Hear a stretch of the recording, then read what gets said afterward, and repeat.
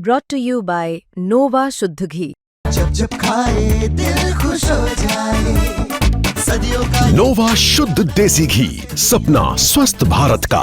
I love घी घी घी घी घी। प्रशांत किशोर आजकल पटना में नहीं, हालांकि उन्होंने कहा है कि वो 15 जनवरी के बाद बिहार में फिर से एक्टिव हो जाएंगे। सबकी नजर इस बात पर भी है कि प्रशांत किशोर अब बिहार में 5 साल किन मुद्दों पर राजनीति करेंगे, या फिर वो चुनाव प्रबंधन के क्षेत्र में वापस लौट जाएंगे। यह तो मानना होगा कि प्रशांत किशोर चुनाव प्रबंधन के किंग हैं, यानी कि जिस किसी के चुनाव का प्रबंधन उन्होंने अपने हाथ में लिया उसे सत्ता तक उन्होंने लगभग पहुंचाया भी है। सिर्फ इस बार बिहार विधानसभा चुनाव में जब अपनी पार्टी बनाई तो वो बिल्कुल ही फर्श पर रह गई। हालांकि प्रशांत किशोर बार बार कह रहे थे कि उनकी पार्टी या तो अर्श पर होगी या फिर फर्श पर होगी, लेकिन नतीजे फर्श से भी नीचे आए।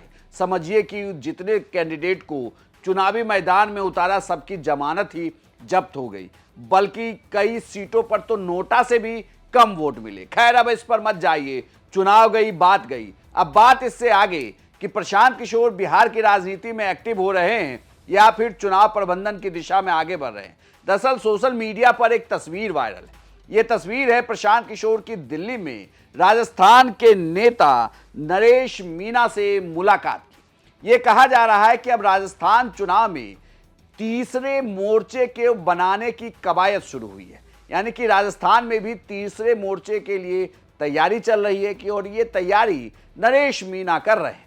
अब ऐसे में ये कहा जा रहा है कि इस तैयारी के लिए उन्होंने प्रशांत किशोर से संपर्क साधा है, यानी कि अब प्रशांत किशोर अगर नरेश मीना के बातों पर सहमति जताते हैं तो यह तय मानिए कि राजस्थान के चुनाव प्रबंधन में तीसरे मोर्चे की कमान प्रशांत किशोर पर्दे के पीछे से संभाल रहे होंगे।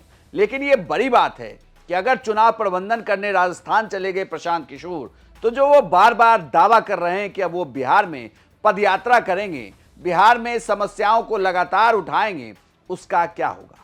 हालांकि ये राजनीतिक जानकार बता रहे हैं कि प्रशांत किशोर बिहार छोड़ने वाले अब नहीं हैं। उन्होंने प्रण लिया है कि वो बिहार को बदल कर रहेंगे। अब इसके लिए वो खुद को 5 साल का और वक्त देंगे, यानी कि अगले 5 साल प्रशांत किशोर बिहार में रहने वाले हैं। ये भी कहा जा रहा है कि बिहार के पंचायत चुनाव में प्रशांत किशोर अपनी भूमिका को बड़ा करना चाहते हैं। हालांकि आपको ये भी बता दूं कि बिहार में पंचायत का चुनाव राजनीतिक पार्टियां नहीं लड़ती हैं, यानी कि राजनीतिक पार्टियों के सिंबल पर चुनाव नहीं लड़ा जाता है। ना ही राजनीतिक पार्टियां खुलकर किसी भी सदस्य को समर्थन देती है, यानी कि यह चुनाव सीधे सीधे होता है। ऐसे में अगर प्रशांत किशोर किसी को समर्थन दे रहे होते हैं, अपने लोगों को चुनाव लड़वा रहे होंगे, तो उस पर भी सबकी नज़र होगी। लेकिन बड़ी बात ये कि अगर चुनाव प्रबंधन के तरफ प्रशांत किशोर वापस लौटे तो समझिए कि जिस विधा के वो मास्टर हैं उसमें उनकी फिर से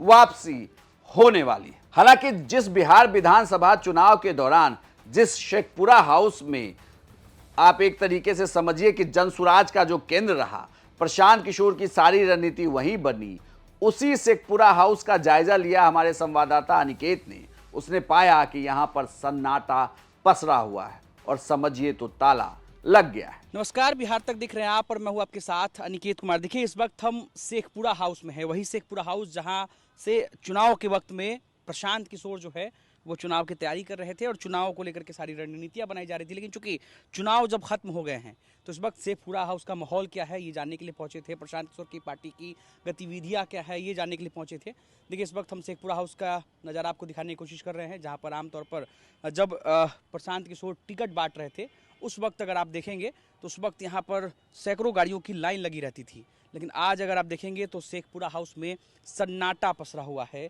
जनसुराज के कोई भी नेता जो है वो यहाँ पर मौजूद नहीं है। जनसुराज की गाड़ियाँ जो है वो मौजूद है, लेकिन जनसुराज के कोई भी नेता जो है वो यहाँ पर मौजूद नहीं है। आमतौर पर प्रशांत किशोर यहीं रहते हैं और यहीं पर चुनाव को लेकर की रणनीति जो है वो बनाई जाती है।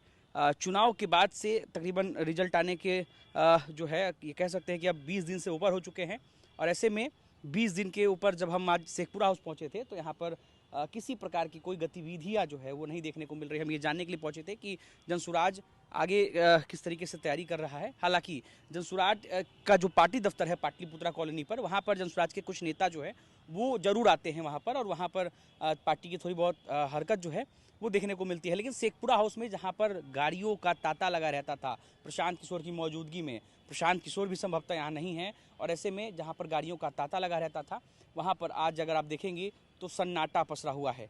हालांकि जनसुराज सूत्रों के माने तो जनवरी में खरमास के बाद से जो है जनसुराज एक बार फिर से हरकत में आएगी और प्रशांत किशोर एक बार फिर से अपनी यात्रा जो है वो निकालेंगे, और पदयात्रा पर प्रशांत किशोर जो है वो एक बार फिर से बिहार में सभी जिलों में जाएंगे, फिर से लोगों के बीच जाएंगे, फिर से वो जो पदयात्रा जो 2022 से लगातार कर रहे हैं उस वो पदयात्रा को करते हुए दिख सकते हैं। लेकिन उससे पहले हम यहाँ पहुँचे थे शेखपुरा हाउस में, जहाँ पर प्रशांत किशोर की मौजूदगी रहती थी और चुनाव के वक्त में जो है हलचलें जो है वो तेज़ होती थी, जहाँ पर तमाम नेता पहुँचते थे टिकट मांगने के लिए, टिकट के दावेदार पहुँचते थे, उनके तमाम अलग अलग नेता जो हैं वो यहाँ पर पहुँचते थे और इसी टेंट में जो है पीछे वो इंतज़ार किया करते थे। लेकिन फ़िलहाल ये भी टेंट बंद है, वहाँ पर कुर्सियाँ सिर्फ खाली पड़ी है और कोई भी फ़िलहाल अगर आप देखेंगे तो शेखपुरा हाउस में एक भी जनसुराज के नेता या फिर प्रशांत किशोर या उनके कार्यकर्ता जो है वो मौजूद नहीं है। और फिलहाल शेखपुरा हाउस में जनसुराज की कोई भी गतिविधि जो है वो नहीं देखी जा रही। हालांकि पार्टी दफ्तर में कुछ लोग हैं, वहाँ पर जनसुराज की गतिविधि होती है, लेकिन शेखपुरा हाउस जहाँ हलचल तेज रहती थी वहाँ पर फिलहाल कोई हलचल नहीं है। संभवतः 10 दिसंबर के बाद कुछ हलचल यहाँ पर देखने को मिले, जब प्रशांत किशोर यहाँ लौटेंगे तो संभवतः कुछ मीडिया से भी मिलेंगे और उसके बाद पार्टी की कुछ हरकत देखने को मिल सकती है और 14 जनवरी के बाद से वो पदयात्रा पर भी निकलेंगे। लेकिन फिलहाल हम आपको शेखपुरा हाउस का नज़ारा दिखा रहे थे जहाँ एकदम सन्नाटा पसरा हुआ है।